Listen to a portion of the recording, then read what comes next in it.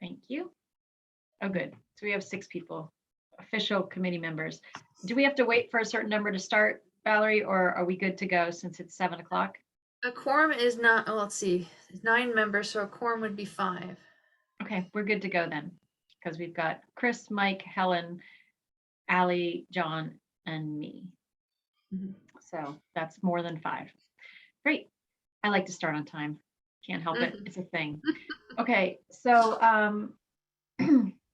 I guess we have to call to order. So we're doing that at 7. Everybody has a copy of the agenda. Anybody have any changes to the agenda they want to make? Is that what that is, Valerie? We need to be official about any agenda changes? Right. In terms of item number 5, I don't know that we have any available data to provide tonight. Okay. And I'm not sure about item 6. Yeah, I made calls on both 5 and 6. I have very little to share there, so we can move those along. Anything else? Not from me. Well, at some point, one of the things I left in the last meeting a little, not confused, but just, do we have an official charge from the select board? Great question. That is a great question. That would have been in the original appointment letter. But overall, it is to solicit feedback, input from the community on funding priorities for these ARPA funds and provide recommendations to the select board. In various conversations, the select board has stated its thoughts that, and they didn't necessarily put this together in a formal document or statement, but that the funds shouldn't go towards something that there's already something budgeted for, that we already have other funds for, or that there might be grant funds for, that it should be used to help leverage additional resources, perhaps, that it should be transformative, that it should benefit the more people, the better, as much as of the community as possible. In other words, it should not be used for isolated projects that only benefit a single area or just a few people. In a nutshell. Can I ask a That's question? Yeah, go How ahead, do we Ellen. know what the town of Bristol has money for? I mean, are you might be the source of that, or Ian, that when we start talking about sidewalks, that is there money already allocated for repairing? There's a reserve fund for sidewalks. I expect that information will come out as we begin to talk about specific projects. So when we begin to talk about specific projects, we'll have information to say, no, that already has other funding, or no, that only serves a small number of people, or that kind of input when we get further down into specific projects. Right. I'm just wondering, is the list of things that Bristol has money for so extensive that we couldn't get a list of that and then just know that that's not on our plate? We don't have to worry about any of that, rather than, well, I really like the idea of maintaining the Peace Garden, but there's money for the whatever. Well, there is the town report, which of course, we can all access, but I think that it might be easier. I mean, we can all certainly review that, but I think it'd be easier when we do get there and we have ideas and suggestions, that we then ask for Valerie's guidance in comparing the town report to the things that come in. Just because you're right, there are a lot of things. I mean, the town report, is many pages, but it's all there. Well, there's also a separate document that I've been working on for quite a while. It's still in draft form of sorts, because I don't feel it's totally complete. And the structure of it is what should I say? It's exploratory. It's I don't know. It's a test. So there's no need to share it tonight, but when we go further down, there is a source that does try to compile those types of projects and sources of funding. Great. Our capital improvement plan in a nutshell. Yeah, it's Val, it's sort of like your long-term planning for the town. You've been sort of putting that together for the last few years. And I would add, part of the reason why there aren't specific details, I think, for the group at the moment is that we want to leave it as broad and as wide ranging as possible. So we're not discounting stuff immediately, because I think if you do that, you lose part of the process of learning what needs to be done and people's priorities. So if we do see a good number of people asking for sidewalks or asking for something specific to be done, it's just good for us to know that, I think. That's but a it's- really it's- good point, Ian. Yeah, it's not something where you're going to sort of put a lot of work into it and then we're going to turn around and say, oh no, we've got that covered.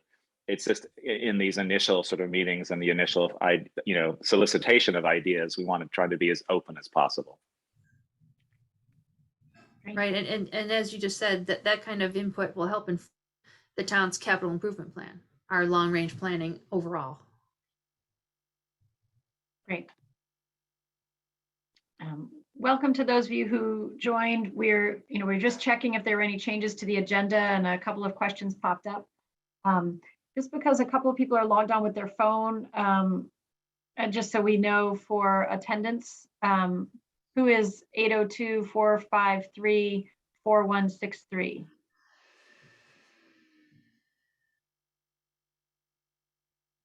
Anonymous. It might be Diane, Mm. unless Diane is 571-331-1066. So those of you who have called in, if you can unmute yourself and just, are you able to unmute yourself? Can we I unmute? think *6. Yes, that's John McCormick, 571. Thank you.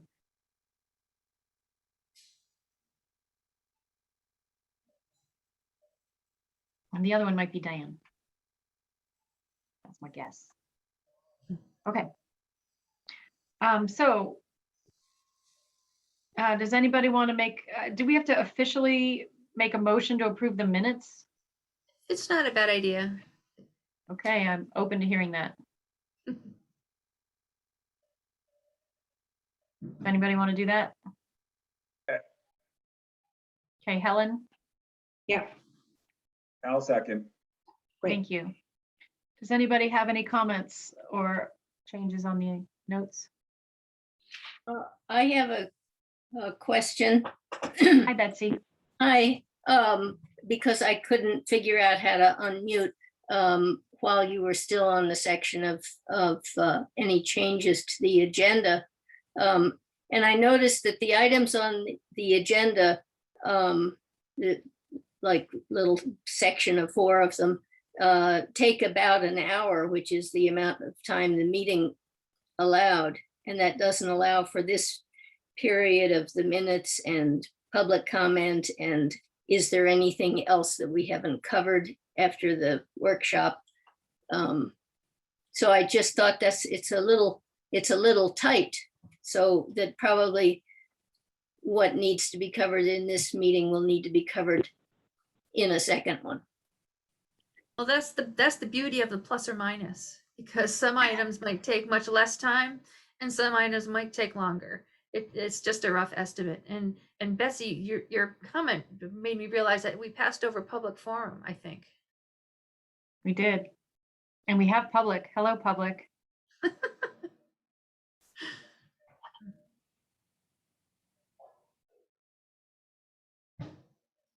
Does anybody in the public want to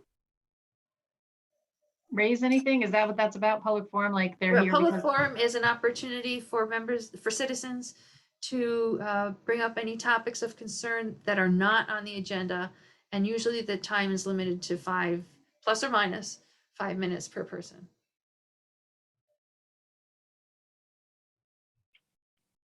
okay, looks like no public. So we have a motion to approve the minutes. It has been seconded. Any comments on the minutes? Such as they are. All in favor? That's a great big silent hand wave. Okay, anyone opposed? All right. Surging along, update on funding, Valerie. What do you Yes. have for us? Yes, so folks are aware that Treasury issued the final rule in January, and it took many weeks for VLCT and others to wade through it and try to distill it. And one of the big takeaways of the final rule is the provision for a revenue replacement for all people that sign on to receive ARPA funding. And the upper limit is $10 million across the board, no matter what size the community is or the entity. Of course, it can't be, the standard deduction can't be more than what we've actually been allocated. And Bristol has been allocated almost $1.2 million over 2 years. And what the standard deduction is, it basically allows the town to, as a revenue replacement, it becomes the town's money, basically. And as such, it has fewer reporting requirements, more latitude for what it can be used for, I think, although it's still, whatever the funds get used for, it really should still comply or conform to the eligible uses. But it's much simpler. And at the last select board meeting, the select board voted to go with the standard deduction. And one reason why they did it meeting is because we need to decide by April 30th whether to go with the standard deduction or not. And if we didn't go with the standard deduction, then whatever the funds got spent on among all those different categories comes with a great deal of reporting and administrative work, evidence-based reporting, a lot of documentation. And if the funds got sub-granted to another organization, for example, if Bristol sub-granted some dollars to the Turning Point, then the Turning Point would be responsible for some of that reporting and compliance reporting and documentation. And the town would be responsible for making sure that they were complying. So it's double recording and compliance if we didn't do the standard deduction. But with the standard deduction, the town can still allocate funds to any number of projects that we would want to have done anyway. So I think overall, I think it's a broad opinion that that is the easiest and wisest move for the municipality to take, and that's what we did. It doesn't change how we go forward with what we plan to do in terms of public input and deciding and articulating priorities and projects to recommend to the select board. It doesn't change our process at all. Okay. Questions? Looks like Yeah, Jessica's hand is up. I don't understand. This is not additional funding. No, This is, but our 1.5 million, 1.2 million would, a million of that would fall into this standard deduction category. all of it falls into the standard deduction, and it becomes, once the town does it, which will, I'm not exactly sure the mechanism of actually doing it, like filling out a form, and this might be the report that we have to file by April 30th. But once we do that, it becomes the town's money. Okay. With, Because it's identified as revenue replacement, so it's replacing revenue that we would have gotten, so it's considered town money. I see. So the revenue that it's replacing is the ARPA funding, right? I guess. Yeah. Okay. Well, I think That's fine. technically they mean the revenue it's replacing is revenue that the town might have lost due to COVID. Right. I Right. can actually, sorry, I can actually speak a little bit Oh. more to this. Oh, that's Thank you, right. Anthony. Deduction, just because, I mean, I just got back from a conference that finished up Friday. I mean, I've read the 437 page document on ARPA funding. Apparently I was one of 2 people there that actually did it. But that standard deduction with revenue replacement, one of the things that we would do for it is we would claim it under governmental services. Now, because we're a municipality, everything that the municipality does is a governmental service. If that makes a little bit of sense. So that would be the avenue we would be going down, Mhm. because pretty much everything that we provide the town is a service. Just to elaborate, I mean, I could go on a bit, but that pretty much just would be what we would have to do. Anthony, would this governmental service criteria or designation, would that in any way prohibit the town from using the funds for any on any of the other categories on the long list of eligible uses? No, because all of the eligible uses are under the town. Mhm. So as long as we can provide explanation, we still will need to report because it's going to come in and it is going to be treated as a federal grant we would receive. So it follows all of the restrictions as a grant. I had a rather long seminar with an auditor on the topic of reporting for the audit, and due to some of the parameters, a lot of organizations and a lot of towns have started to do single audits, which are something that a lot of people haven't dealt with yet. And it's usually if you expend more than $750,000 of your ARPA funds, you're subject to a single audit. But I don't think we're really going to have to deal with that because it's going to be over a 2-year period and we only have about 1.2.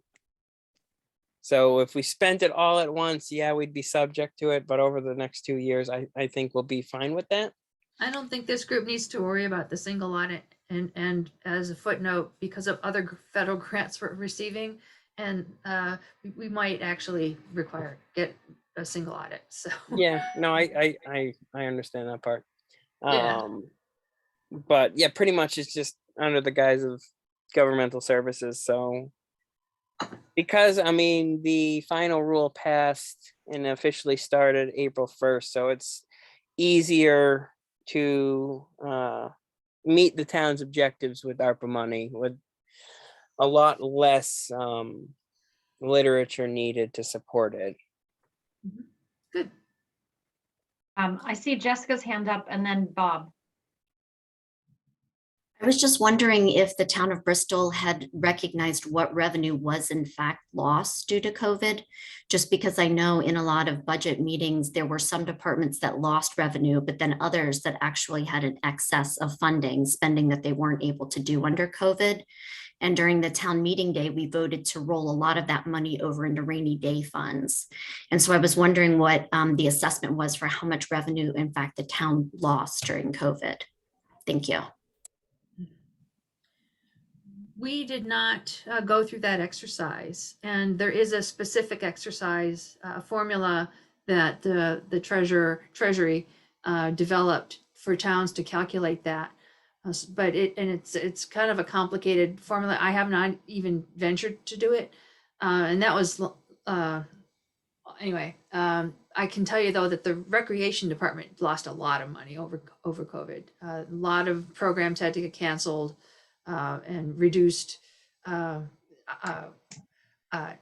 number of people that could participate due to the space limitations, social distancing, and all that stuff. So that department specifically did lose a lot of revenue.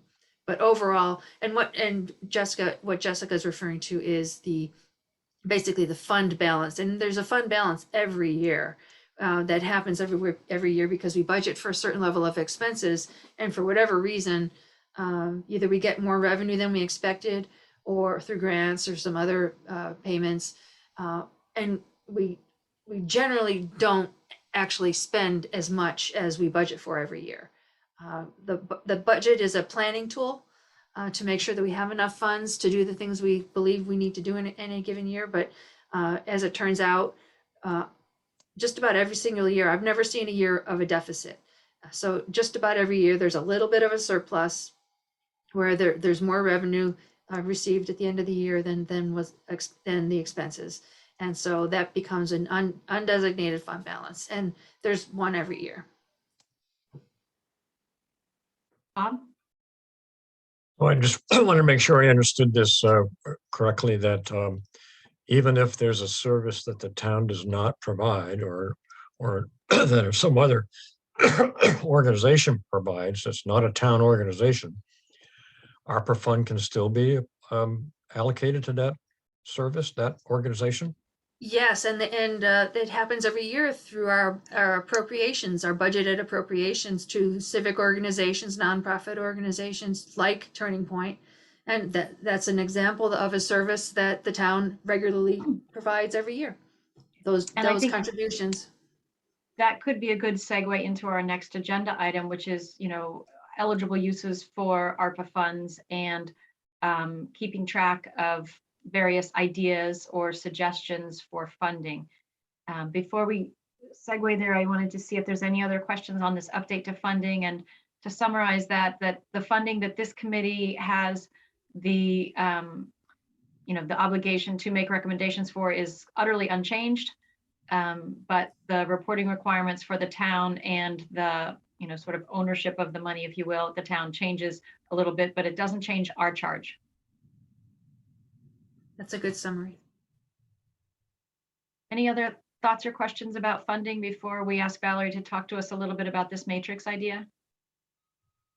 Jessica, is that your hand up?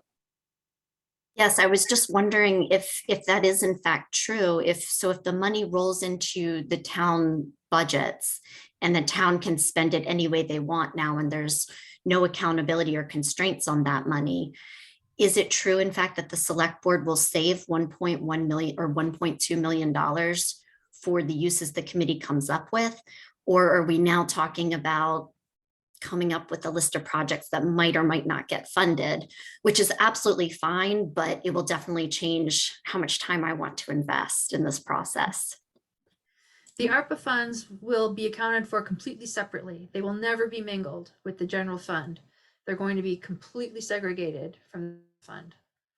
I understand from a budgeting perspective, but I just mean the select board is open to the idea that $1.2 million will be part of what this committee is deciding on how to spend. And of course, the select board will be voting and making the final decision. But has that money already been allocated by different select board members to different projects, and the fund money that we're talking about? Not at all. In fact, the select board has not. I mean, we have our general capital list, but the select board has not articulated their particular priorities for this committee to consider. If the committee would like me to go to a select board meeting and just make that explicit, ask the question so that they have the opportunity to say, no, we really did charge you as a committee with this and we want your recommendations. Mm-hmm. I mean, I can speak to that. We want your recommendations and this is your charge. I'm happy to represent the select board on this. At the last meeting, we just made the decision for the allocation to go to the town just because it makes the reporting easier, but the money is still earmarked for this particular thing. There's nothing else that we have thought of that we're going to use the money for. Everything stays exactly the same. It's just the way that the reporting is handled. So I wouldn't be concerned about that. We're looking to you, the committee, to bring us the ideas of how to spend the money. And we have our own ideas, certain projects that obviously the select board is interested in and the town is interested in. But we're looking to you for a much broader picture.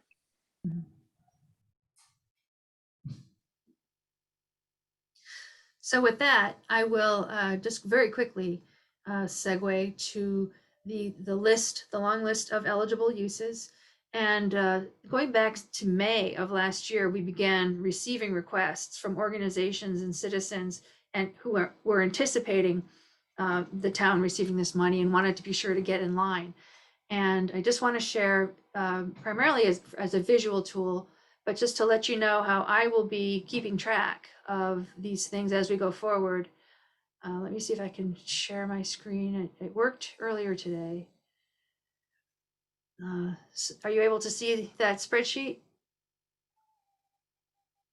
So anyway, I'll scroll down. This is the long list of eligible uses. And I've begun to keep track of who and how much and when we receive requests or ideas. And nothing's been evaluated or eliminated or judged. It goes on the list. And so this is what we've received so far. And then some don't have dollar figures attached to them, just ideas, but I'm keeping track of them anyway. And others do have dollar figures attached to them, keeping track of those. And so at the bottom, those are the totals. Those that did have dollar figures, there wasn't room to put a summary, so I put those at the bottom. And that's where we get the total of over $700,000 so far of requests. But that's not to say that these requests are going to make the cut as we go through our evaluation. And so this spreadsheet is going to get very long as we go through and get more ideas, but it'll be a way to help organize the thoughts and keep track of the requested expenses. Anyway, I just wanted to give you a visual idea of the matrix. And I think with that, Porter can switch to her slides. Do you want to talk more about the matrix and the funding there? Or is that all for today? I think your slides will do that. Your slides are more specific. Okay. So just to be clear, the matrix that Valerie has is a very important document for our town administrator to have. It's not, I wouldn't even call them requests, I would call them ideas. So for example, some of those ideas came in before the ARPA funding guidelines were even clearly articulated. I, for one, submitted some ideas way back a long time ago. And now that the ARPA guidelines are clear, they're not really even relevant. So I don't think we as a committee need to worry at all about the ideas that have come in so far. But I think it's important for us to know that any of us on the committee, certainly, any citizen in the community, certainly, select board members, anybody could be sending ideas at any time to the town administrator. And for us as a committee to be reassured that she's going to capture all of them, and that none of that idea submission is going away. So while we continue to reach out actively to the community to gather all of the ideas that are generated, we can rest assured that anyone who sends ideas, they're going to be captured. So I think that's a really important thing for us to note. So what this slide shows here is that on her matrix, she has had 9 requests so far. Those suggestions fell into eligible use categories. 2 were public health. 1 was negative economic impacts of COVID. 4 of them were infrastructure related.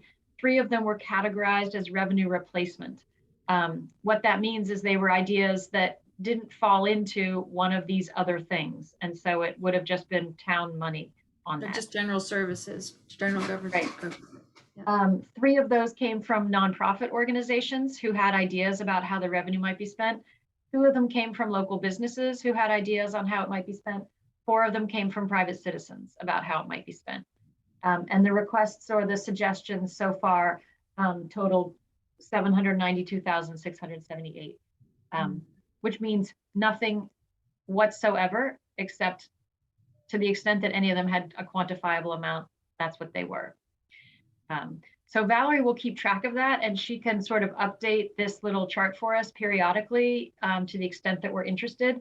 And then down the road, we will, as a group, absolutely be looking at, the matrix category by category, and all of the ideas that we've been gathering once they're all on there as well. So we'll be using that as a tool in the future. But for now, just to know that it exists. Mm-hmm. Any questions about that? Yeah, Helen. Have formal solicitations ever been made requesting ideas from nonprofits, businesses, and private citizens? That's the job of this committee. Okay, so we haven't, basically. No. The answer is no. Correct. So these 9 proposals, 9 ideas are unsolicited by us. I think I want to be careful that we don't do the squeaky wheel, gets all the grease kind of thing, that some people hear about this and so they've got some great ideas and they have lots of time to develop a proposal, whereas others won't hear about it until we actually put out a formal request for information. So I just want to make sure that maybe this is a question, might it be important to have a column in your big spreadsheet for, these are ideas that came in unsolicited versus solicited ideas? Well, I think at this point going forward, I mean, obviously the stuff up until now has been unsolicited, pretty much. So at this point going forward it's going to be the result of this committee's outreach, I would think. Right. So I just want to make sure that yeah. Do you see my point? I That- do, Helen, and I think it's a good one. It's but not I- even just people who know about it because they know one of us. And so they're saying, well, I have a lot of good ideas. Let me send them in. And I don't want those to get prioritized because they came in first or. Right. So That's as good. we talk a little bit more today about our process, we can look at ways that we can try to minimize that happening. So I think it's a great point. And what we want to do is look at, things that are going to be, like we said earlier, leveraged and broadest impact in the community and most meaningful with this money, not just, loudest idea. Great point. Any other thoughts or questions on the matrix idea?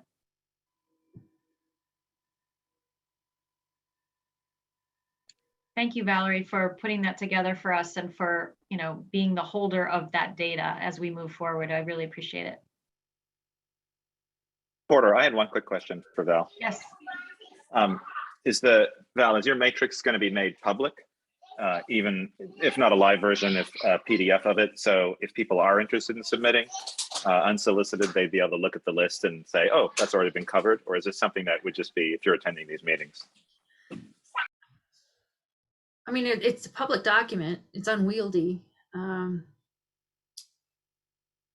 I can certainly make can it. I speak to that a ahead. little bit? Again, in terms of process, one of the things that we talked about a little bit last time was the idea of trying to solicit ideas from, various key groups within the town, and then soliciting ideas from the general public more broadly.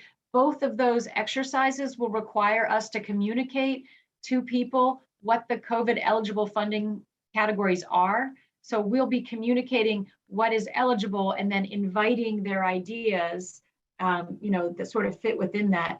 And then once we've done all of that sort of like, give us your ideas, then we would go back out to the community at large and say, here's some ideas. What do you think? And try to solicit feedback on the ideas. So it's not just a one and done, like, hey, you got any ideas? Okay, we're done, moving on. It's saying, some people have sent ideas already. Now we're going to really actively try to draw out ideas from some key groups. Then we're going to actively draw ideas out from the general public. Then we're going to go back out to everybody and say, so here's sort of how some things have fallen in. Where do you see, what really resonates with you? So we'll try to build that consensus by moving forward and then going forward again. So we keep going back to people.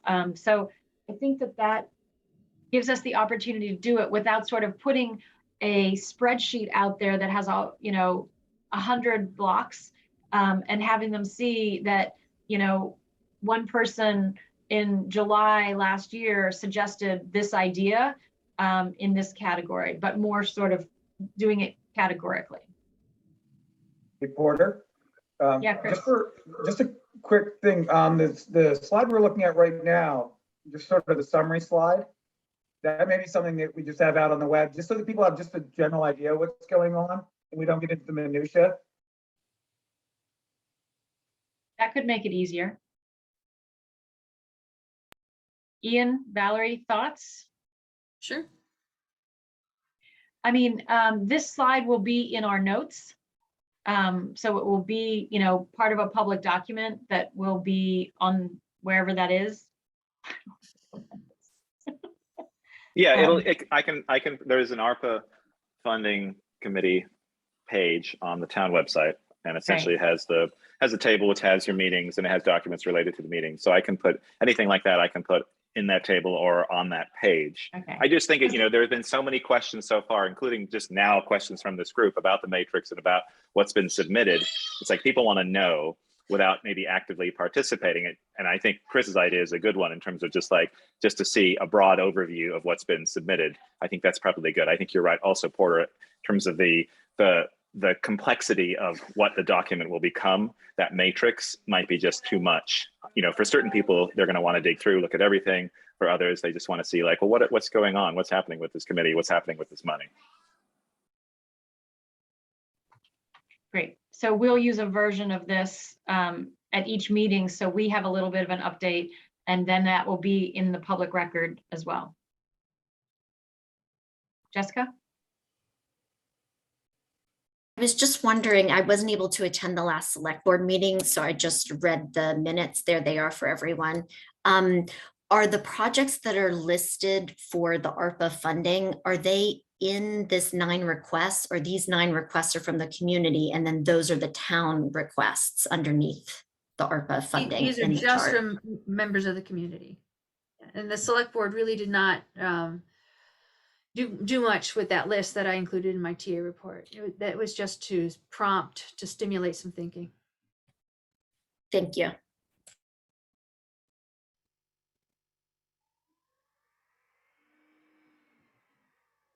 Any other thoughts or questions about the matrix before we go on and talk about how we're going to start this process of getting some information together?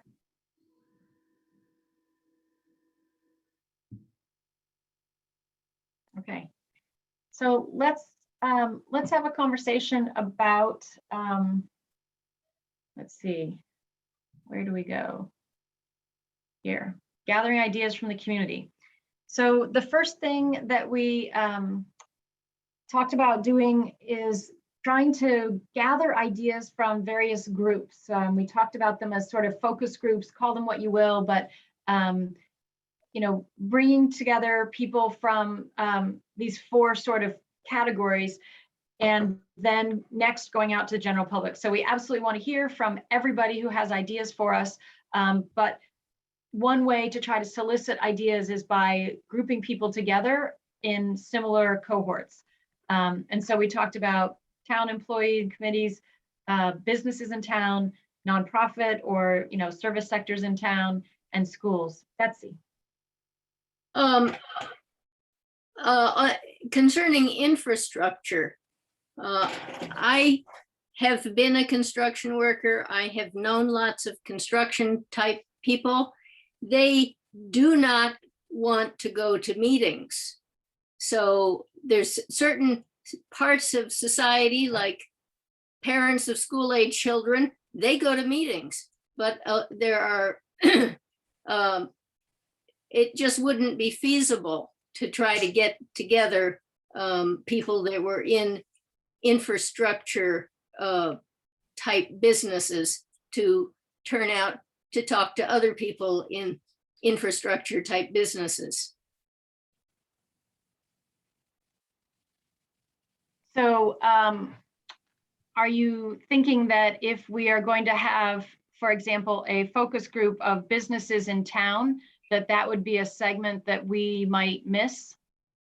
Is a voice from people Yeah, who work? I don't think people would turn out for that as a meeting. I think that they might show up if you say, okay, come in at Tuesday at 1:15 and we will talk to you and get your ideas. They might show up, but they're not going to show up to listen to other people talking about other things. And they're probably going to be too busy to show up at all. Now, maybe the group here could come up with a list of questions that you want to have someone ask them and videotape their answers or something. But I think that, you know, there are some people who do go to meetings. I'm one of them. I always have been one of them, but I know very well a number of people who have literally said, I hate meetings. Right. And they won't go, but they're the ones that, when you're talking infrastructure, it's not the parents of school-age children that you necessarily need to hear from. Betsy, No? Betsy, when you and I talked about a week or so ago, did I understand a suggestion you made, perhaps, that the committee members actually go out and interview people where they are? Like if it's the business community, that people actually make appointments and go to their stores and interview them? Well, I maybe misunderstood the charge, but I did go and talk to plumbers and septic and you know, some of those areas, and I asked them what questions I had about that and tried to find out you know, their opinions. And then let's see, I talked to Jill Marsano. You know, so I'm trying to gather data on sewer and water, and I'm glad to see that somebody's got the suggestion of putting pressure regulators in the houses so that the strong pressure doesn't make everybody's taps leak all the time. But I mean, really, these people, I mean, I got a phone call back where I had left I went in person, but I couldn't find anyone who felt that they could answer that. And one of the outfits didn't ever call back, and the other called back in about 5 days. These are not people that are sitting around waiting to chit chat. Right. So I think you make a good point, Betsy. We want to make sure that we create, one sec, Jim, that we create an opportunity for all different groups to weigh in. The focus group, again, is only one idea. It's our first step.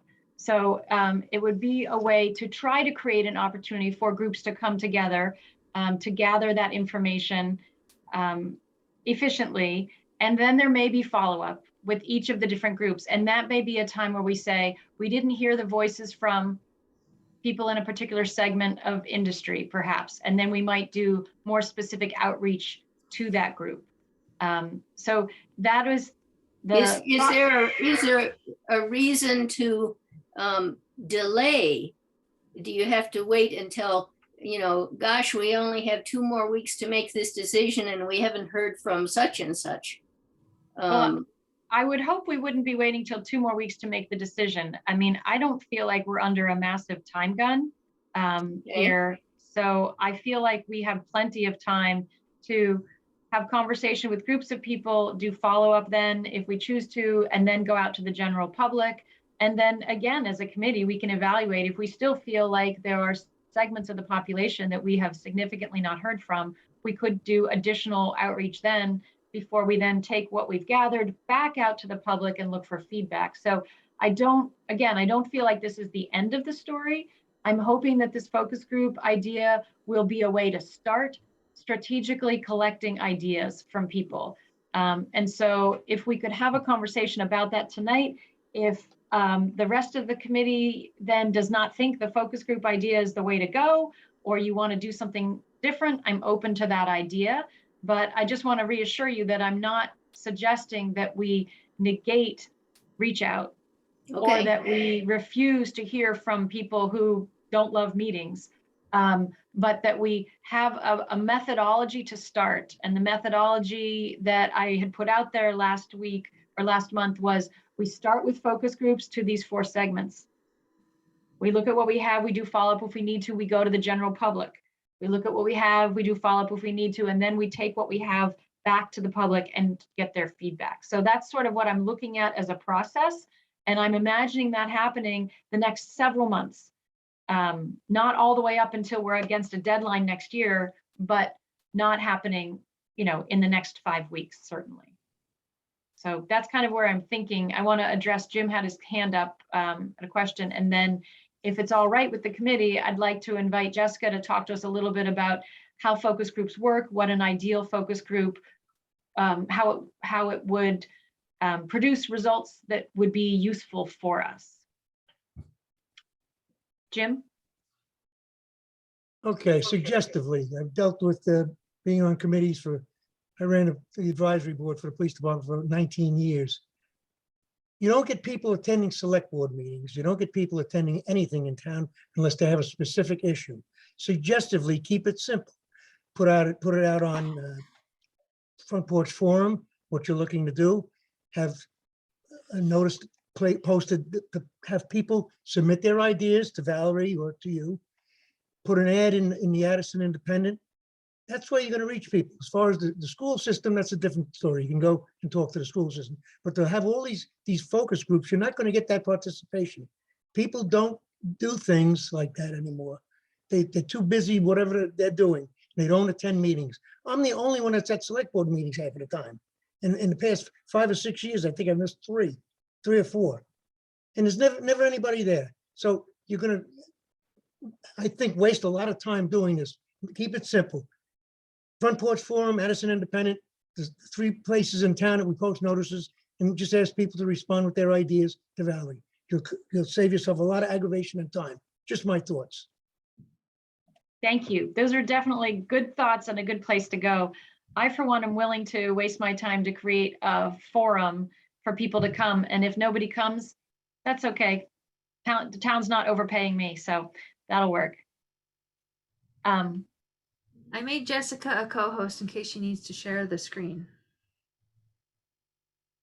I was just going to talk a little bit about why you would do focus groups, what the goal is, and maybe some ways to get them started. But I was thinking it would just be really simple and I could answer questions. I mean, focus groups aren't a really complex idea. It's just that if you think about any conversation you've had with people, so for example, like if Valerie was talking to me and said, if you could change anything in town that would make it better, what would you change? And I might list like 3 things. They're all going to be really personal, right? They're going to matter just to me. But as a group, if we all sat down together and Valerie asked us those same questions, people would throw out ideas, but then we'd start to coalesce as a group around certain things that we shared, certain things that were in common that we all saw as problems. And so if you want to do interviews with people, you get a lot of really, really good depth, great information, but they're one-on-one and they're usually about an hour. So if you want to talk to 8 people, that's 8 hours of time. In a focus group, you can put all 8 people together and just use 1 hour. And then the idea would be that it's sort of like a brainstorming session, right? So like somebody might throw an idea out there or a problem, and then people will react to it. And they might say, that's not something I worry about, right? Or they might say, that's exactly what I worry about. And here's what I've thought is a solution. The people that you're talking to, people who work for nonprofits or local businesses, they really know their constraints. And they also oftentimes know things that would really help them out. And so when you go to them and you say, we have this $1.2 million that we could spend to really improve things in Bristol, how would you spend that money? They're going to be able to give you some good ideas. And if they're all talking together, you'll get a really quick sense for what's in common and what's really important. And also, if somebody brings up an idea that excites everybody in that group, it's probably a pretty good idea and you might want to pay attention to it. And so usually what you do with the focus group is you keep them simple. You just have a couple of questions because you're really looking to spark them talking with each other about what their problems are or solutions that might be useful. And so you just usually have a couple of questions, and Porter and I worked on a list of sample questions that she can share with you just as you're starting to think about what questions you want to ask in your focus group. You can see they're just questions to sort of provoke people to start thinking. And then what you want to do is you want to try to bring in a pretty diverse group. So if you're only talking to one type of people, you're going to just get their experience. And so whenever you're trying to put together a focus group, you usually want to have a couple different points of accessing different people. So for example, if Betsy knows certain people who are in the construction industry and Mike knows certain people who are in the solar industry, let's say, both of those people then could reach out to people they know and start inviting people to come to the focus group. you won't get everyone there. We usually say that it's wedding rules, right? So you invite like, 10 people and you get 5. So you won't get everybody that you invite, but a lot of people do show up because they want to share with the town what their problems are. They also know that they might be able to get money, funding to fix some of their problems. That's a pretty big motivator. And so usually, again, it's wedding rules. You should expect like 50% of those people to actually turn out. You want to keep the group small, but not so small that everyone knows each other and you'll just get kind of get groupthink. You want a diverse group. Probably everybody's going to know people. each other in town anyway. But They could, but if you mix up the industries, it might be that people don't necessarily know each other or know each other that well. And so that's what you want to try to do in the focus group. And then when you're actually in the group, usually it's a good idea to have somebody asking the questions so that they can just stay focused on the questions, and then have a different person sort of jotting down notes that are coming out of the meeting, so that you can have somebody who's focused more on just keeping the meeting running and, asking the questions, and then other people who are paying attention to what's actually being said. And then for the notes, for focus groups, you're just trying to collect ideas. They're just big brainstorming sessions. So don't feel like you have to do like a transcript and spend all your time writing. You're really just trying to capture ideas. And then one thing that I like to do is try to note which ideas like people get really excited about and come up more than once, versus the ideas that might come up once and people don't seem to get that excited about. And so I use stars. You can use whatever it is you want to sort of note the, how emphatic people are. So that's a quick introduction, and I can take questions from people about how to run these. So just one question. So you said it's kind of like a brainstorming session, but it's better than just having a meeting saying, come tell us what you want to fund, because there's that set question arc. Is that what sort of gives it a thematic thing to sort of pull people together and then people build off each other? Yeah, so it's just the idea, you all have probably been in meetings before where this has happened, where you start talking about something and somebody comes up with just a way of seeing things that you haven't seen before, or an idea that you haven't thought of before, and you see the whole group sort of get energized, right? And then you start to build on that idea and go from there. So the idea is rather than you doing hour-long interviews with each person, recording everything they say, and then going back through those notes and saying, okay, we interviewed 10 people in local businesses. How many of them identified this as a problem? 4, 5? Instead, you have them all together in one group, and there are going to be things that rise to the top that really get people's interest, and things that no one pays attention to. So you won't have to figure out the priority yourself. The group will do that for you. And so if we have a segment or a group like the nonprofit sector, and we invite all of the nonprofits we can think of in Bristol, only a handful of them come, and then we look at it and we say, wow, we didn't hear anybody from the clergy, or we didn't hear anybody from substance use. Then we could reach out specifically to one of those entities. Exactly. So instead of having to do an hour-long interview with each person, instead you can do the focus group and then just do those one-on-one interviews with people that you need to do more outreach to.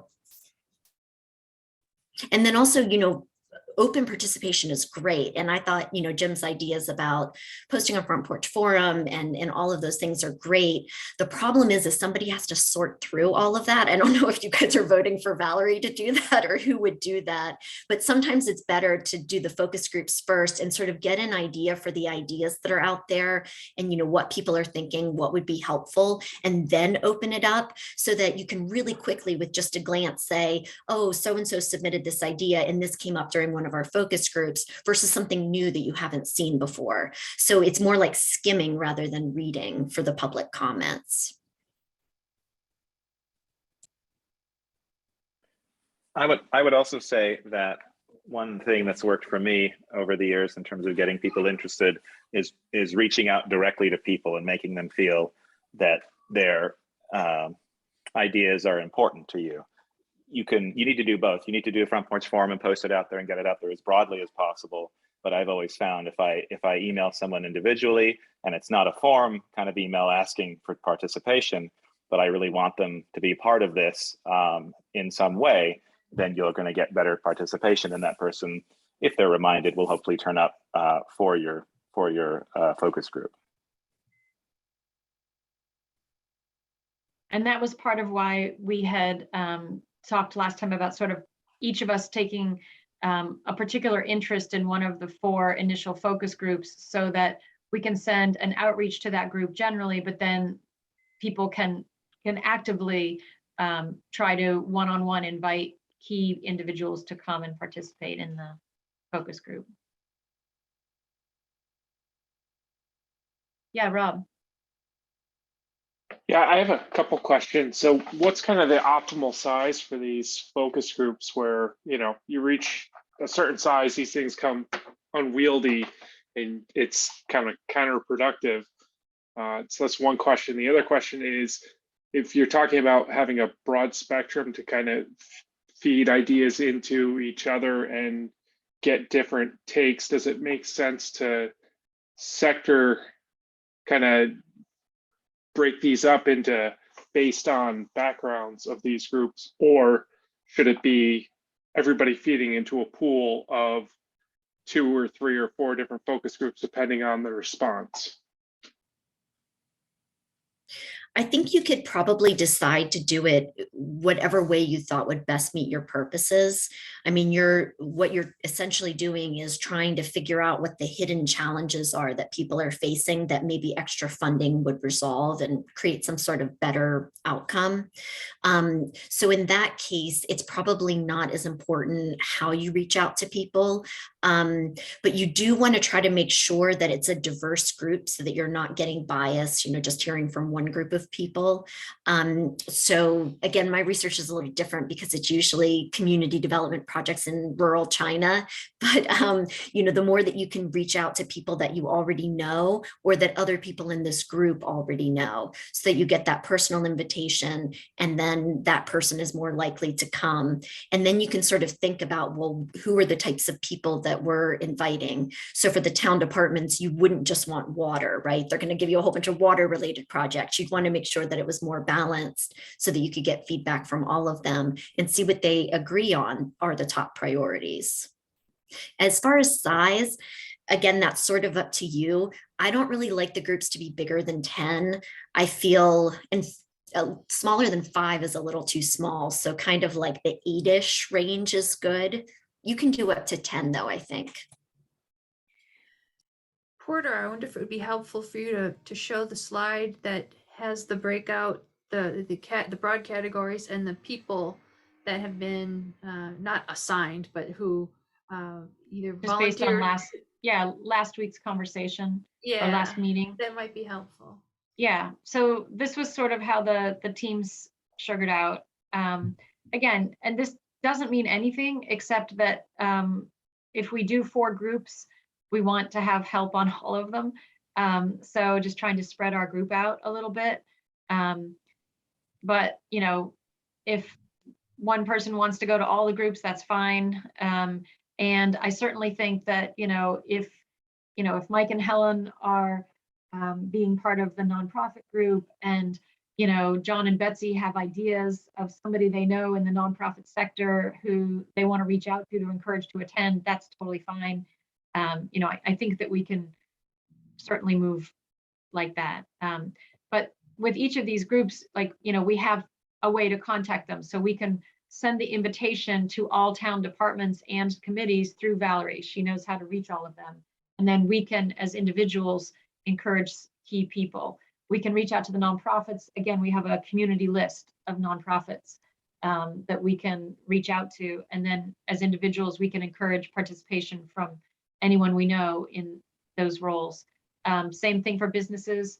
We can include Bristol Core and have them help us, but we can also reach out to business members who aren't necessarily part of the core, or downtown Main Street, and school administrators. So these are sort of the way the groups might break out. Who would facilitate each of the groups, or would the 2 or 3 members in each of the sectors have to figure that out themselves? Well, I was hoping for consistency's sake that we could talk Jessica into doing it because she does this professionally.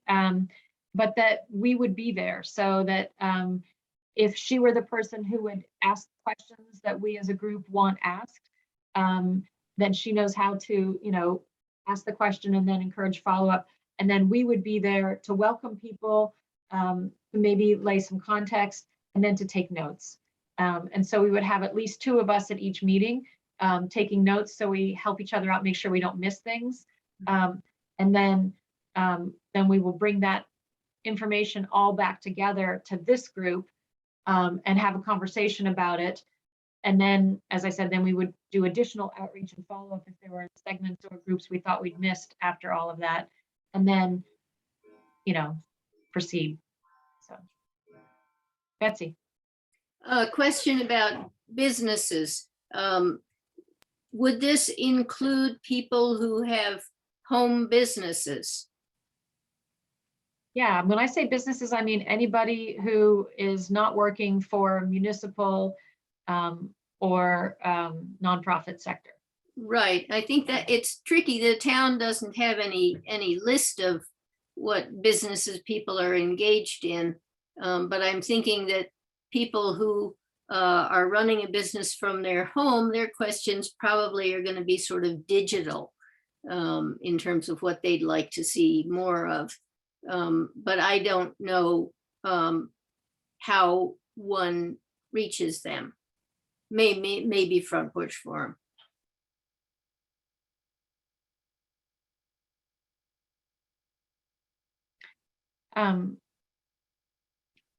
Should we have a little conversation about the questions that might be good? I would love to have some input on that. So these are just possible focus group questions.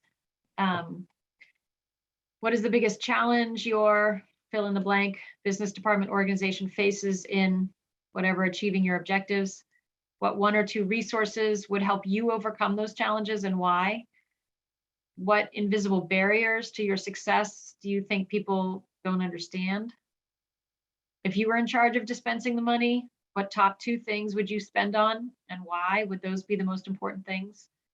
What investments might catalyze even more growth or be more sustainable, add up to more than just the inputs? And then as sort of wrap-ups, anything we haven't discussed that you want to share with our committee, anyone not here who you think would have good feedback we should reach out to. Betsy. I think that these questions are beyond people who haven't been to college. I think there's a big section of the town that really would not be able to deal with those questions. That there maybe need to be some questions like, what do you think Bristol needs that it doesn't have? Or something like that, a little simpler.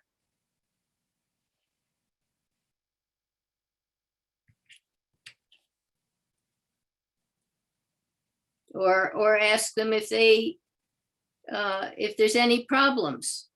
What problems have they seen that they'd like to see something worked on, and then you can tell them that it could include public health, it could include sewer and water, that kind of thing. Give them some simple words that would help them, because otherwise you're really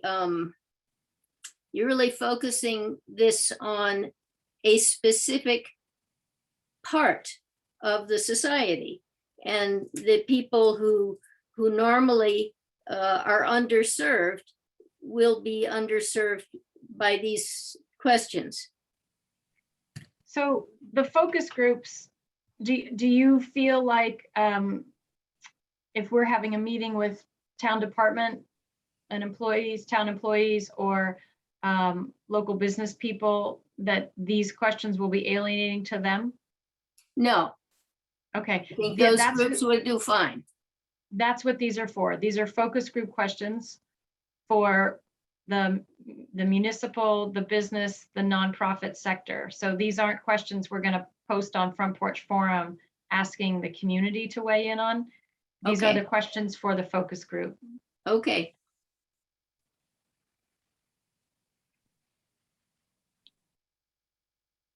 Helen. Oh, Um, sorry, in- Ian. In looking at this list, I feel as though the first three questions are quite broad and aren't necessarily addressing how ARPA funds might make your job better.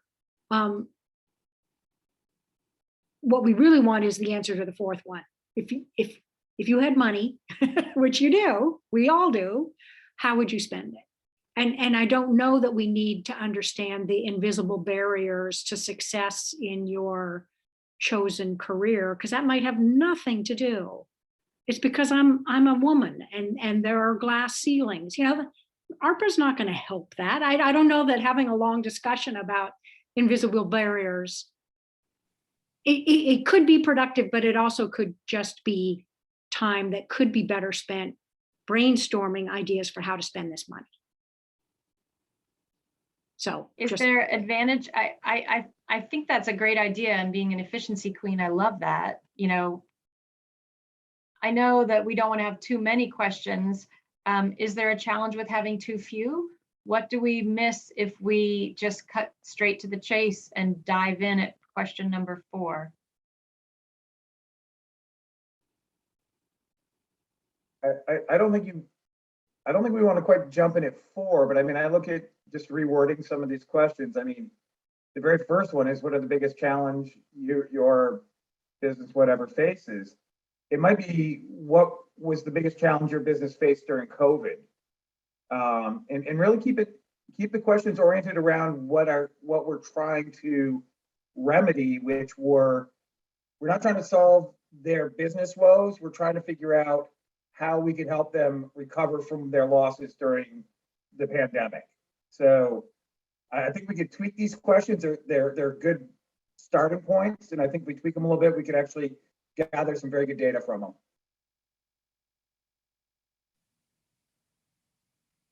I see a couple heads nodding. Other people want to weigh in? Ian, your hand is up. Oh, Mike, you guys are so polite. I just like talk. So yeah, Ian, your hand is up. Then Mike's hand is up.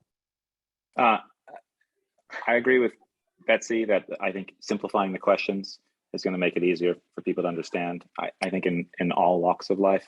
I agree with Chris that more specific to COVID, since that's what this money is really there for. And I do think having fewer questions would be beneficial. And I think, Porter, you mentioned the worry of having too few questions. I think part of that is how you lead the focus groups and how the discussion goes. So I think even if you have just a couple of questions that could start people off, I think working that discussion in the group with hopefully the people that attend, I think will get you your answers. Maybe more so paying attention to that than going through a number of questions that might just confuse things.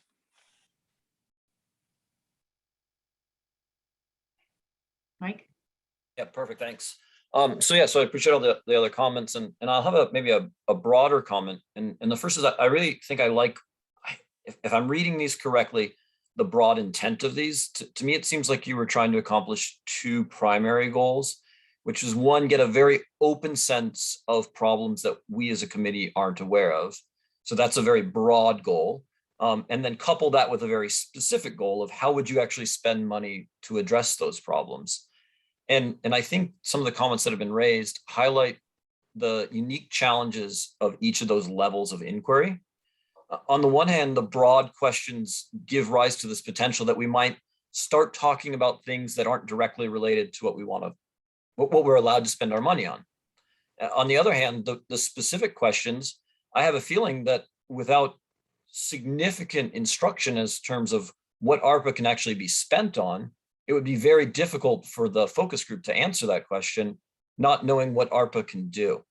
And so this is maybe one of the worst of the comments that you can come up with, which is, I don't necessarily have a specific suggestion here, But I do think that what we want to try to do is either identify whether we want to stay at the broad or specific or some combination of the both. And if it is the latter, that it is some combination of the both, try to come up with what information we can provide so that we can sort of narrow the responses that we get so that they're directed to what we need while still having that flexibility of that original intent. So it's an optimistic, I'm not sure how to accomplish that, but it feels like that's what you were trying to do.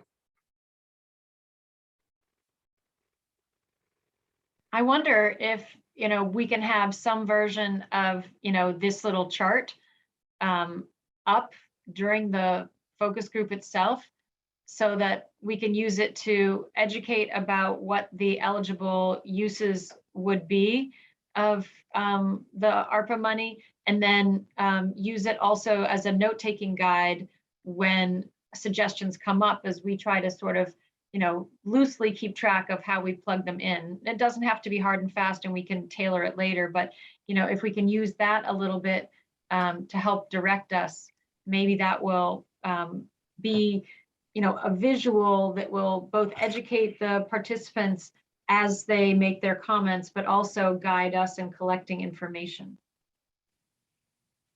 Do people have thoughts on that?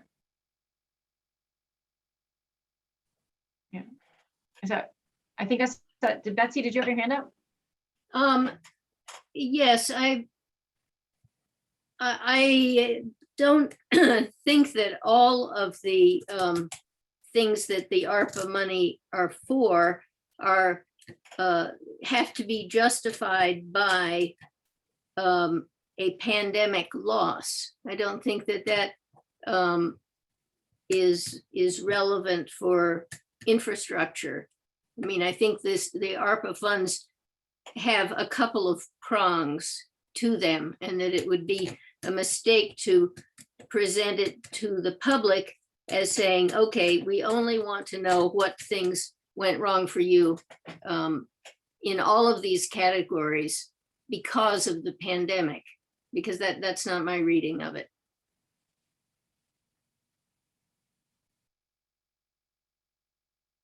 Ellen? That's a really good point, that if it's not clear to us what ARPA funds can be used for, then how can we solicit the information that we want to help us make suggestions to the select board? I mean, it's the American Rescue Plan Act, and I assumed it was rescuing the economy from COVID, from the negative consequences of a pandemic in our nation, right? So it is very much COVID related. It's very, I mean, there's a lot of water issues that we don't have that are absolutely critical to a large part of the country out west. So this is tying together some energy efficiency and some the people that are drinking all the lead in their water and that sort of thing. So it's a mixed bag, and so it's just a mistake to take a couple of them that are specifically COVID related and make the people that you're soliciting from think that that is the only thing that the funding is for. but I think it is what the funding is for. The federal government has said, we are earmarking this money to help communities recover from economic consequences of COVID. Lead paint in homes has nothing to do with COVID. It predated COVID. Well, lead in the pipes is Sure. not And paint. lead paint, lead anywhere. So, I mean, I think our conversation right now is making it clear that we need to be incredibly clear on what these funds can be used for, so that we don't waste time in these focus groups. Well, How you can change the world, when in fact, the federal government has earmarked this for a very specific purpose. So this section 5 infrastructure, what is this?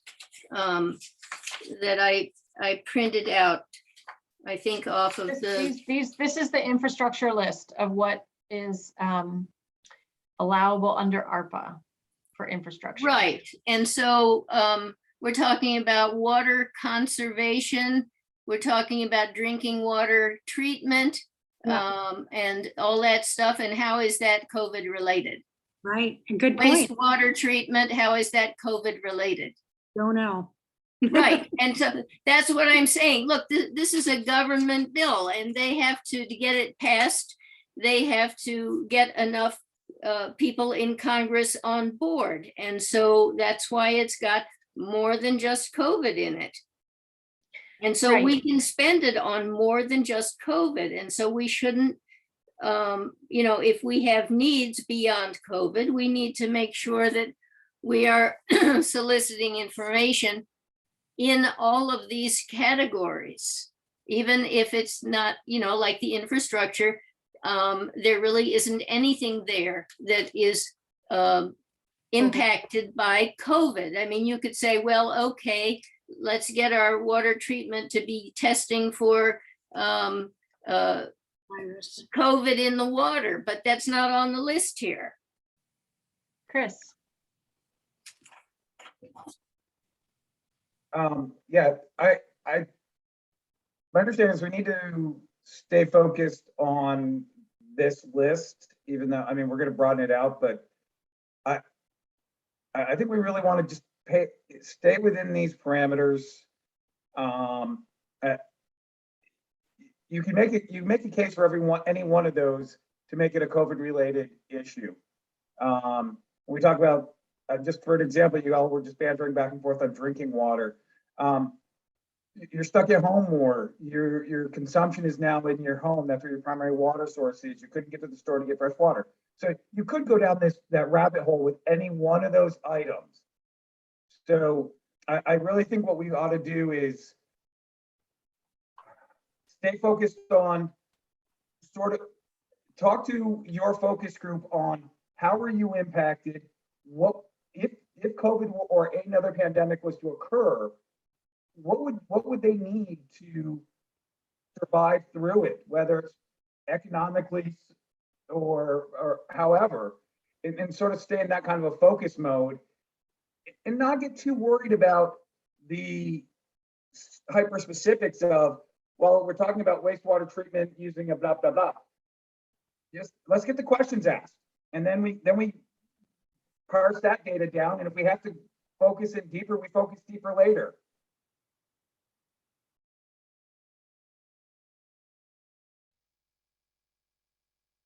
Other thoughts on the questions?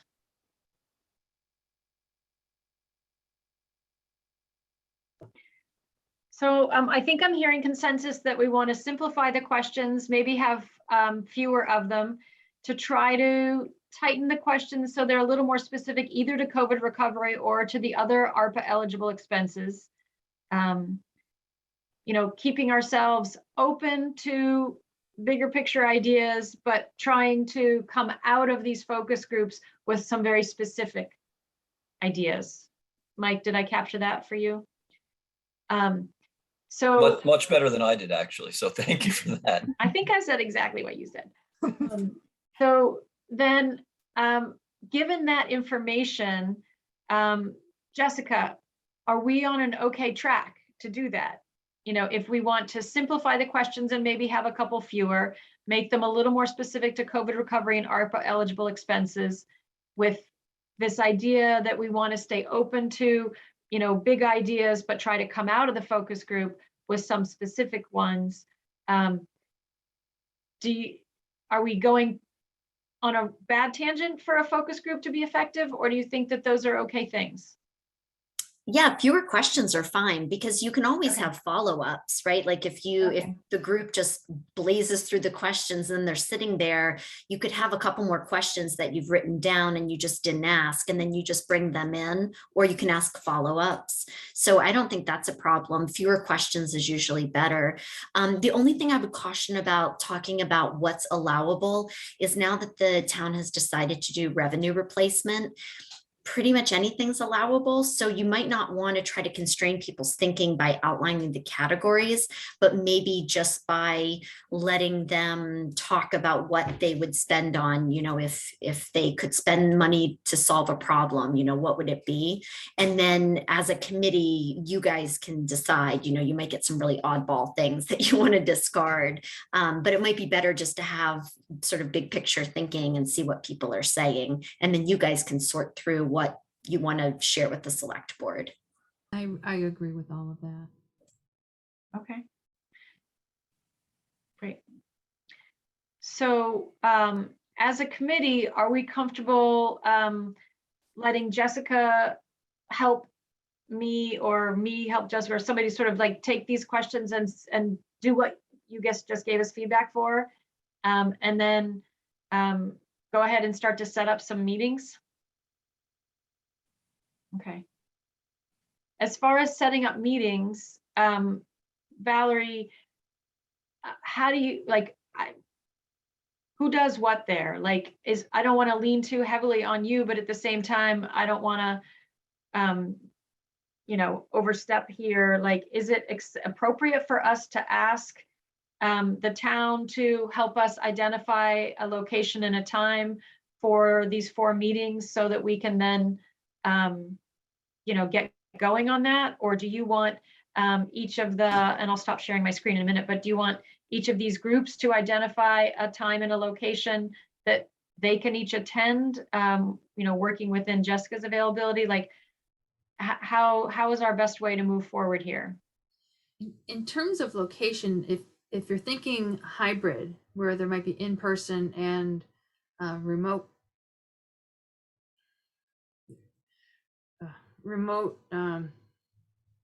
participation, the conference room at the town office would be available, and that has the owl. And we What just do you need to- guys think?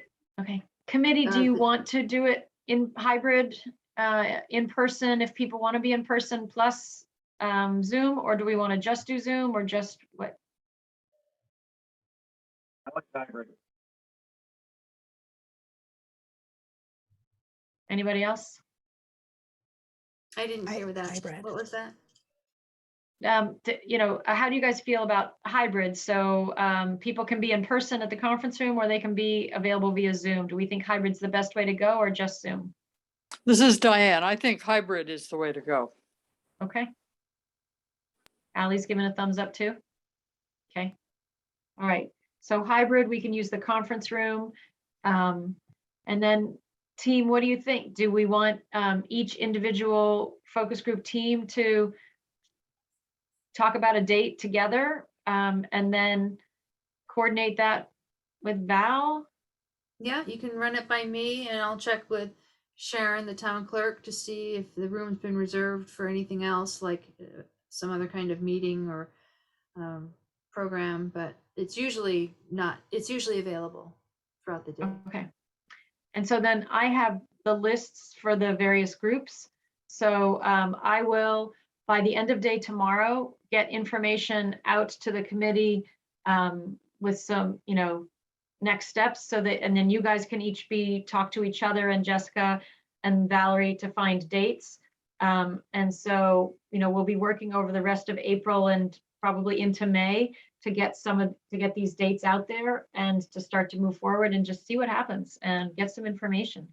And also distinguish whether daytime or evening is better for folks.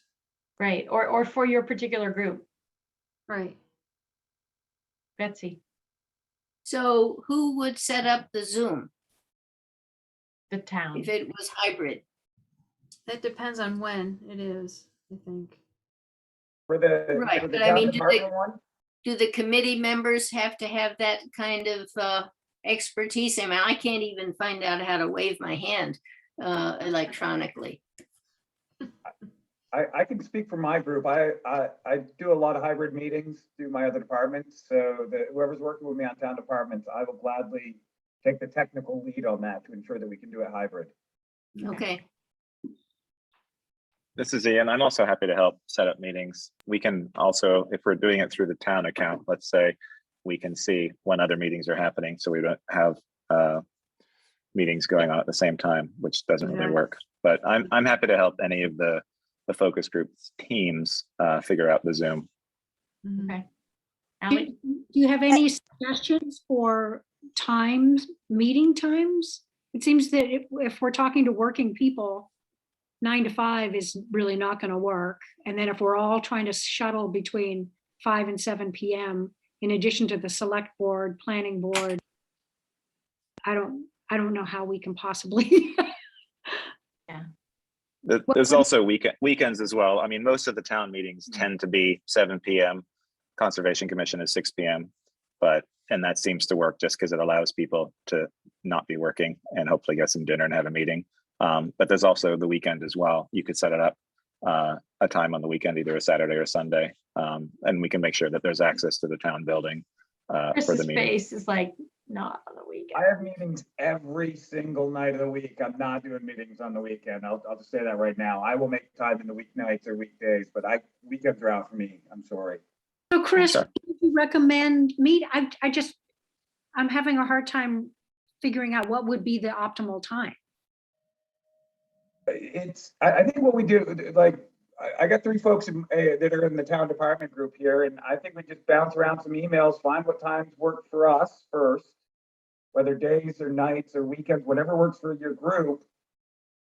And then sort of look at, okay, how would that impact the group that you're trying to coordinate with? Again, the town departments probably are going to be easier Monday through Friday during the day, where business may be after hours is a better call. The school is probably a better 9 to 5 kind of thing. And your nonprofits are going to be all over the place. So I think each group sort of finds its sweet spot. And be ready to pivot. If we say, hey, we're going to do it at 4 o'clock on Tuesdays, and we get one person showing up, probably picked a bad time. So we'll adjust and we'll try it at 7 o'clock on Thursday. I mean, I think being flexible and being ready to just pivot is going to be easy to do. Can these meetings be recorded so that then people can watch them at their own times? Because it just seems like, it's everybody's busy. So if these meetings are recorded, then somebody could watch it and then submit their ideas via Google Doc or an email, just so that then we're reaching more people. I mean, is that an option? Jessica, can you weigh in on the recording of a focus group? Because I mean, part of the synergy of the brainstorming in the focus group is part of the thing. Okay. But Yeah, I don't know. mean, usually you do have to ask for consent, since you'll be recording, individuals and sharing their ideas more broadly. So you do need to ask for consent. If you need to do it, you need to do it. It's not ideal, just because when people know they're being recorded and that people can go and listen to it later, they tend to be a little bit more conservative about what they say or try to hedge things a little bit. So it's not usually the best, but I mean, just like Chris was saying, each group will probably make a series of compromises that just make it possible, and that's okay. Also, too, if you set up the expectation that you'd like to record these meetings and let people know as you're going through this discussion, it might be easier. I think also with the use of Zoom and just the fact that the town records all of their meetings and puts them on their channel and their YouTube channel, I think more people are just used to that now. Having the hybrid meeting in the town conference room allows you to use the OWL, which is very unobtrusive in terms of a recording device for video. And then you also have the screen for people zooming in. So for the select board meetings, it's worked very well. It's very easy to record, and the meetings are accessible, on YouTube.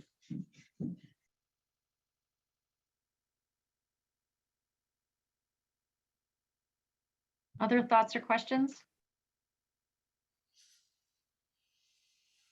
Porter, I just had a All right. question in terms of, I'm sorry, Go ahead. in terms of setting these meetings up, and I sort of got the impression from this meeting that you were sort of planning on this or sort of planning with the town, or did you want individual groups to really be the ones reaching out and identifying like who the 20 nonprofits we want to invite to this focus group are? Just to get a sense of how you thought about dividing that labor. I don't know, Valerie, if there's a reason why the invitations to the focus group should come from, you know, sort of like a central authority, if you will, or if it's okay to let each individual group do it. I do, you know, like Valerie, I know has a list for town departments, obviously. I have a list of nonprofits. CORE might be able to help us out with lists for businesses. With the schools, I was, you know, just going to go straight to the administrator. So I think it's fine to let each group do it. You know, we'll give you what list we have, and then you'll probably want to build on that a little bit. And then the group can decide, you know, if you send an email out and you get 10 responses for people coming, well, maybe you don't do any additional outreach, but if you send some type of invite out and you get 3, well, then you might want to do some personal reach out, you know, to try to build your group a little bit. I think it's okay to have it be that way. You know, this is a first stab to try to get some different voices to weigh in, and we'll see what happens. The only thing that might make sense, Porter, is if we create a template for the invite so that it's being consistent across all the focus groups. So we sort of start at the same spot. Okay.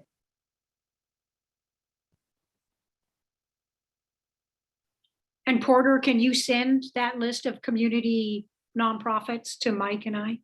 Yes, absolutely. So I have some time scheduled tomorrow, so I'll pull together things from this and what Jessica has given to me, and then send that to you and include her and Val. And so you guys can start to put things together, and you'll have ways also to weigh in with questions as you go along. And for those on the business list, I'm still a board member for Bristol Core, so I'd be happy to help with that. We have an internal list of businesses, needs to be updated, but I can do that, and then we can send that along. Great. For what it's worth, it's 8:30, and I just want to say, Betsy, you were so right. And I actually, in my mind, I thought we had agreed to 90-minute meetings. So I thought we would be wrapping up by 8:30, but indeed, we are wrapping up only this part of the conversation. So if you can hold on for a minute, Bob, I just want to touch base with the group and see, do we feel like we're settled with the focus group conversation and ready to move on from there? All right. Then I will just quickly say, for a review of available data and what other communities are doing, that Valerie and I have both reached out to various organizations and we got nothing for you. So VLCT, the Regional Planning, the Economic Development, Addison County Economic Development Corp, and the Secretary of State's had various answers of we'll get back to you later or talk to somebody else. So we're going to keep working on that. We'll try to bring some more information on that in the future, but we don't have that now. I do have information about what some other communities are doing, but I'm not prepared with that tonight in any kind of organized way. Yeah, and regional or the Economic Development Corp sent me some slides from VLCT that also referenced what a couple other communities are doing, but nothing earth-shattering yet. So. Yes, and Valerie, I'll touch base with you tomorrow. I work in a couple other communities, in a couple other towns as well, and just so if you need help reaching out to those folks, I'm be glad to do that. Good. Thanks. All right. Thanks. So that brings us to anything else, Bob? Yeah, there are nonprofits that are not located in Bristol, but are serving Bristol people. So I just wanted to make sure those aren't overlooked. Example Okay. is the Turning Point Center of Addison County. Gotcha. Thank you. Yes. Well, Yeah, actually, Bob- the list of appropriations in the budget every year is a pretty extensive list, and that includes a number of entities that are not Yes. located in Bristol, but serve Bristol residents. For sure. All right, so I think next steps we have, are we sticking with the first Monday? Chris is nodding his head because that's what works for him. I actually had put it on my calendar after last time. I did say 90 minutes because I wrote on my repeating thing 7 to 8:30. So we're only a little bit behind schedule. Ouch. So that will be May 2nd. Will be our next meeting, and we may have had a couple of focus groups by then. But I want to encourage people to not feel rushed in getting a date on the calendar, because we want to make sure that groups, when you're reaching out to people, they have enough time. I think 2 weeks is fair. So, if you feel like, especially with school break week coming up, I know that that affects a fair number of families in the community. So, if you can't make it happen in April, that's okay. But we want to try to get it on the calendar, so we're building some momentum in that direction. All right. Any other business? I don't understand the difference between anything else on number 7 and other businesses number Roman numeral 4, but okay. Are we ready to adjourn? All right, great. I'll take 5 penalty points for being over time, and I'll see if I can make that up to you next time. Thanks, everybody. Thank you. Thank you, Porter. Sorry, I was sharing my screen the whole time. Somebody should tell me to stop because I forget to turn it off, because I've got 2 screens. So I don't see that I'm sharing. I just see all of your faces. And I forget that I'm sharing. So sorry about that. All right. Thanks, everybody. See you later. Bye.